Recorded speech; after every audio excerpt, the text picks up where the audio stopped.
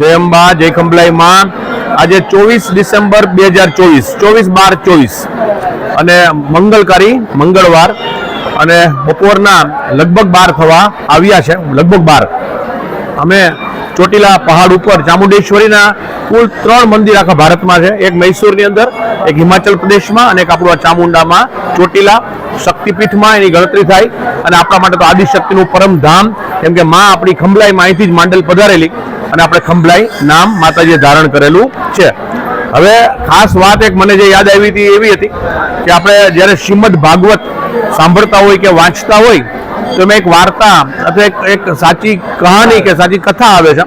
જે કથાની અંદર એક સિંહ છે, એક ગર્ભવતી હરણી હતી, એની પાછળ એનો શિકાર કરવા માટે સિંહ એની પાછળ પડ્યો અને ગર્ભવતી જે હરણી હતી નદી કૂદવા ગઈ, એમાં બચ્ચાનો પ્રસવ નદીની અંદર જ થઈ ગયો। તાજે તાજું જન્મેલું બાળક અને એક રાજા જેણે બધું જ છોડીને કે જીવનમાં આપણે કોઈ પ્રકારનું કર્મ કરવું જ નથી, કર્મ કરીએ તો કંઈક બંધાય ને, માયાના બંધનોમાં બંધાવવું જ નથી, એટલે એણે બધું જ જીવન, પતિ પત્ની બાળકો તમામ વસ્તુ છોડીને જંગલમાં એકાંતમાં જ્યાં કોઈ ન હોય ત્યાં રહેવા વયા ગયા હતા। એ સૂર્યનારાયણ દેવને અર્ઘ્ય આપતા હતા, એમાં ઓલું તણાતું તાજું જન્મેલું બચ્ચું હાથમાં આવી ગયું। હવે એનો ધર્મ એવો થયો કે આપણા આશ્રયમાં કોઈ આવે તો એને જીવતદાન આપવું એ આપણી ફરજ છે। એટલે બચ્ચાને હવે એકલું મૂકી ન શકે તો મૃત્યુના શરણે થઈ જાય, એટલે એ બચ્ચાને બચાવવા માટે એને લઈ લીધું ખોળામાં અને પછી કિનારે બહાર નીકળ્યા અને પછી પોતાના આશ્રમમાં લઈ ગયા। હવે બચ્ચું આવ્યું તો એને જમાડવું પડે, એને પાણી પીવડાવવું પડે, એને કંઈક ઘાસ નાખવું પડે। એમ કરતા કરતા એ બચ્ચું રહેવા માંડ્યું, સવારે બપોરે સાંજે, અને રમે કૂદે હસે ખેલે। એમાં એ રાજાને એ હરણ સાથે માયા બંધાઈ ગઈ, પ્રેમ બંધાઈ ગયો, એક સંબંધ બંધાણો। હવે જ્યારે મૃત્યુ આવ્યું પછી તો એ કથા બહુ લાંબી છે, પણ યુગો સુધી એ આત્મા ફરી એકવાર માયાના બંધનમાં જકડાઈને એક બચ્ચું હરણનું આવી ગયો, માં સતત પીડાતો રહ્યો। અને પછી કહેવાય કે એક અવતારમાં એ ભરતજી બન્યા અને ભરતજીએ નક્કી કરેલું કે હવે કોઈ પણ પ્રકારનું કર્મ કરવું જ નથી। આપણે એને જળ ભરત નામનો એક શબ્દ આપીએ છીએ, પણ જળ ભરત એ કોઈ બુદ્ધિ વગરના માણસનું એનું પ્રતિકોષ નથી, એ પ્રતિકાત્મક છે સૌથી માયાને છોડનાર ભરતજી, જે તું મમ પ્રિય ભરત હિ સમ ભાઈ। રામચંદ્ર ભગવાન છે એ હનુમાનજી મહારાજને એમ કે તું મને ભરત જેટલો પ્રિય છો, તો ભરત એટલા પ્રિય હોય એવા ભરતજી, એની કહાની આપણે કહેવાનો મતલબ તાત્પર્ય, મોરલ ઓફ ધ સ્ટોરી એ છે કે આપણે આખી જિંદગી ઈશ્વરનું નામ લઈએ અને ઘણા એવા આત્માઓ હોય છે કે જે માર્ગ ઉપરથી માર્ગ ભટકી જાય છે છેલ્લે, અને જીવનની છેલ્લી ક્ષણોમાં એ એવું વર્તન કરી બેસે અથવા એનાથી એવું થઈ જાય છે કે આજીવન જે તપશ્ચર્યા કરેલી હોય કે જે સાધનાઓ કરેલી હોય, સિદ્ધિ કરેલી હોય, એ વ્યર્થ તો ન જાય પણ ત્યાંથી એનો માર્ગ ભટકી જવાય છે અને છેલ્લે માયાના બંધનોમાં જકડાઈ જાય છે। તો આપણે એવું ન કરીએ, સતત ને સતત ખંભલાઈમાના સાનિધ્યમાં, ખંભલાઈમાની સાથે જોડાયેલા રહીએ, સતત એના નામનું જાપ સ્મરણ કરીએ।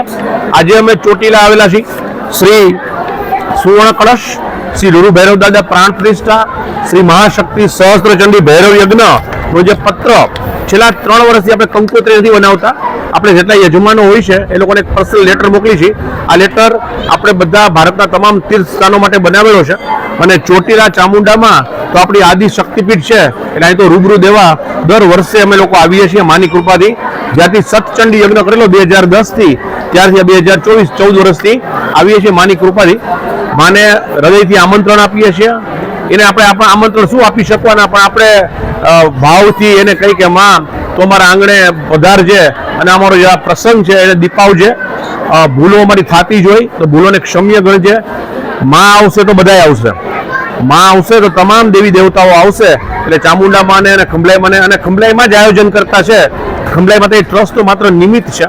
એટલે માને હૃદયથી પ્રાર્થના કરી છે બધા, એટલે જ આજ આવ્યા છીએ સ્પેશિયલ, અને સોમવારથી આપણું આ મહાયજ્ઞ થવા જઈ રહ્યો છે।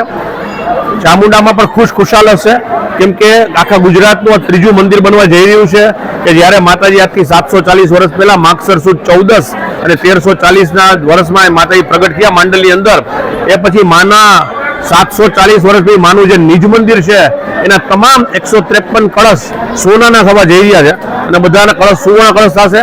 અને આપણા ભૈરવ દાદા કેટલા ખુશ હશે 64 ભૈરવમાંથી કે વિશ્વની સૌથી મોટી ભૈરવ દાદાની પ્રતિમા ત્યાં સ્થાપિત તો થઈ ગઈ છે, પણ પ્રાણ પ્રતિષ્ઠિત થશે 31 ડિસેમ્બર 2024 વર્ષના છેલ્લા દિવસે 1 જાન્યુઆરીએ આપણે એક મહાયાત્રા નીકળશે અને જેની અંદર આપણે 153 કળશ સોનાના માંડલ નગરીની અંદર એની નગરયાત્રા કરાવી, શોભાયાત્રા કરાવી અને નિજ મંદિર આપણે એની સ્થાપના કરીશું. આપણા તમામ ખંભલાઈમાના બાળકો જે ખંભલાઈમાને માને છે એ બધા માટે આ એક અવિસ્મરણીય, યાદગાર અને ઐતિહાસિક દિવસ બની રહેવાનો છે.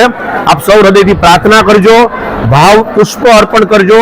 મારી આપને હૃદયથી વિનંતી છે કે ચામુંડામાં, ખંભલાઈમાં અને રૂરુ ભૈરવ દાદાની એક માળા આપણા આખા પરિવાર માટે કરજો કે જેને કારણે આ કાર્યક્રમ આપણો સરસ રીતે પૂર્ણ થાય અને એની શુભ પૂર્ણાહુતિ પામે. જય અંબા, જય ખંભલાઈમાં, જય ચામુંડામાં, કેવળ તુજ કરુણા.